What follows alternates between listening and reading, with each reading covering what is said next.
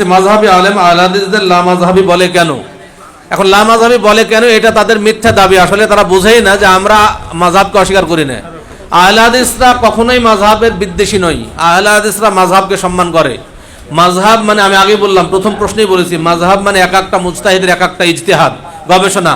আহলে হাদিসরা গবেষণাকে স্বীকার করে এবং প্রত্যেকটা মাযহাবের প্রত্যেকটা ইমামকে সম্মান করে, তাদের ইজতিহাদ থেকে এলেম হাসিল করে। অবশ্যই আমি ইমাম আবু হানিফা রাহমাতুল্লাহর মত পড়ি, শাফিঈ রাহমাতুল্লাহর মত পড়ি এবং মত পড়ে যেটা কোরআন হাদিস দ্বারা শক্তিশালী মনে হয় সেটা গ্রহণ করি।